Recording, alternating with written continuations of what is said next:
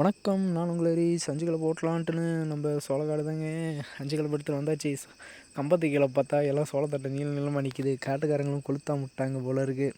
அப்புறம் சரி அது என்ன பண்ணுது, ஒரு இடத்துல அடைக்கும். அந்த கம்பத்துக்குள்ளே மட்டும் தானே நேர் அந்த கம்பத்துக்குள்ளே இருக்க நேருக்கு மட்டும் அடைக்குன்னு சொல்லிட்டு அஞ்சுகளை இப்போ நம்மளும் ஓட்ட ஆரம்பிச்சாச்சுங்க.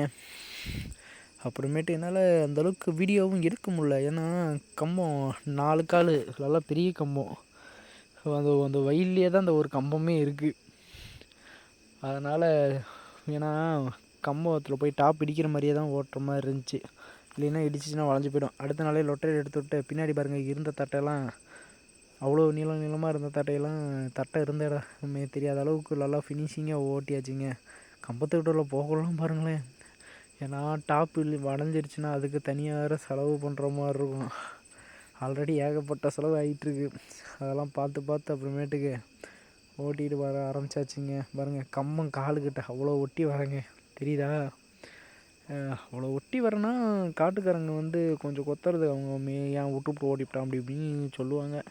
அதனால் நம்மளும் இடிக்காமல் கம்பத்தையும் சேதாரம் பண்ணாமல் ஓட்டிகிட்டு வந்தாச்சுங்க. எல்லாம் பாருங்கள் கம்பத்துக்குள்ளே நீட்டாக அப்படியே எவ்வளோ ஃபினிஷிங்காக ஓட்டி விட்டேன்.